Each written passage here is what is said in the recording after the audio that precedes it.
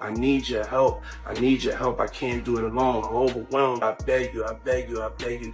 I'm fighting this fight. Federal Detention Center, Manhattan, Friday, 3:47 p.m. inside a tightly controlled visitation room, monitored by 2 overhead cameras and a silent guard posted by the door.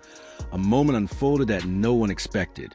Sean Diddy Combs, once a towering figure in the entertainment world, sank to his knees before his own son. His eyes were bloodshot, his hands trembling as they gripped the knees of the young man seated across from him in a cold metal chair. Gone was the image of the untouchable mogul. No swagger, no cold confidence, just a desperate father in full collapse. Choking on his words, tears streaking his face, Diddy begged, "Don't let them out. You don't understand. If you do that, I'll never get out. I'm begging you, save me." The meeting lasted just over 14 minutes, but it was only 47 seconds of video footage. 47 seconds of Diddy weeping and pleading with his son not to hand over the evidence that would send yet another seismic jolt through the American public. It was, in effect, an indirect confession. Because if his son did possess what authorities believed, it could be the end of Diddy's career, reputation, and final grasp on freedom. Part 1. The ironclad encounter Manhattan Federal Detention Center, Monday, 12:00 IN cell 2B17. The temperature hovered at 16 degrees Celsius, cold enough to make shivering involuntary, under the flicker of a failing fluorescent bulb. Diddy sat curled against the wall, eyes wide and locked in the darkness, hands clenched, unmoving. For 3 days, he had neither spoken nor resisted. No shouting, no fights. Just an eerie, unsettling silence. The kind that doesn't just suggest guilt, but collapsed a guard on the midnight shift paused outside the cell, peered in, then turned to his partner with a quiet nod. He hasn't eaten. No coffee. No supplies. Whatever he saw broke him. No further explanation was needed.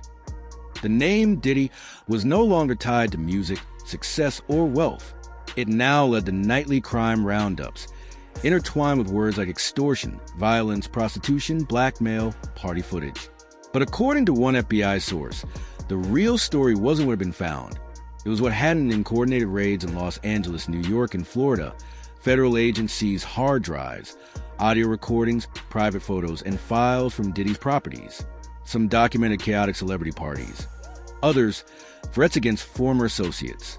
But the most damning clips, video files confirmed to once exist, had been wiped, deleted from all company servers. The only person known to have backup copies is a estranged son. Years ago, their relationship fractured after a hushed internal scandal involving a young artist who disappeared following a party at Diddy's Miami mansion.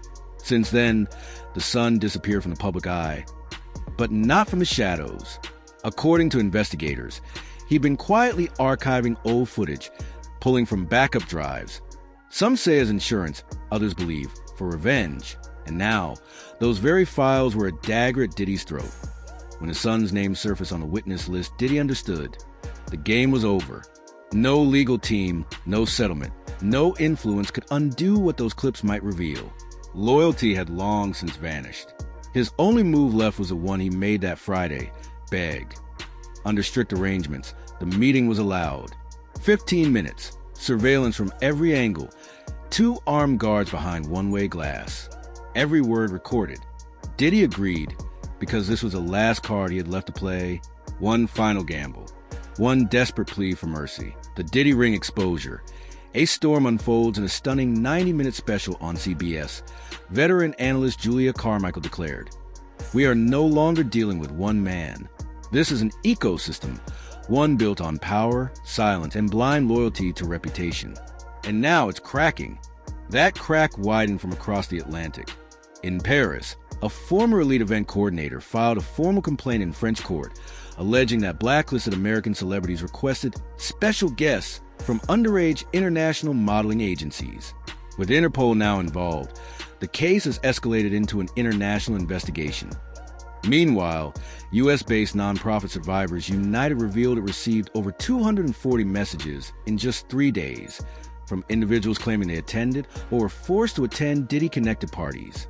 At least 18 described seeing hidden cameras or being drugged with unknown substances. One particularly disturbing moment surfaced in a leaked live stream of a victim's legal support session. A woman identified only as E said, "I thought it was just a party, but when they showed me a video of myself, used to threaten me, I realized we were pawns in a much bigger game." Then came the political bombshell. An email recovered from Kelvin Rodis's hard drive revealed a U.S. Congress member, once a vocal supporter of black artists, had received an off-the-record payment through a shell company allegedly tied to Diddy. Just weeks later, that same lawmaker voted to block an investigation into a 2020 media scandal. Adding to the unraveling chaos, anonymous accounts began leaking screenshots, email chains, and blurred photos implicating at least 3 major record label CEOs. Names like Interscope, Roc Nation, and Sony Music surfaced. While the companies quickly issued denials, the financial markets reacted swiftly. Their stocks plummeted between 4% and 12% in just 48 hours. One of the most powerful blows, however, came from an acclaimed BAFTA-winning documentarian. Known for exposés on the Vatican and Hollywood, he announced a joint investigation titled Chamber 47, featuring evidence tied to 47 high-profile individuals, including studio executives, label heads, and top streaming platform insiders. By Saturday night, the FBI confirmed emergency subpoenas have been served to 9 major entertainment figures, including a former Warner Brothers CEO and the head of a New York music distributor. The hearings will be closed, but sources say the third hard drive is about to be unsealed and contains more than just videos. At exactly 11:59 p.m., the Guardian probe updated its homepage with just 7 ominous words: "You are not ready for what comes next." Inside that cold visitation cell, Diddy kneels, begging his son not to reveal the truth, not out of remorse, but desperation, not for justice, but to protect the last illusion of dignity he still clings to. But truth is not a commodity, and trust, once shattered, is rarely rebuilt. The first hard drive cracked the surface. The second shook the foundation. But now it's the people, the ones who were silenced for so long, who are rising, voices louder than ever. Kelvin Rodis may have lit the match that Diddy's son may be holding the torch, but Hollywood, once invincible behind its fame and fortune, is collapsing one truth at a time. The real question now isn't who's guilty, it's how many more are still hiding behind the curtain. Leave a comment if you believe the truth must come out. Share this video. Subscribe for part 2. Because this game, it's far from over.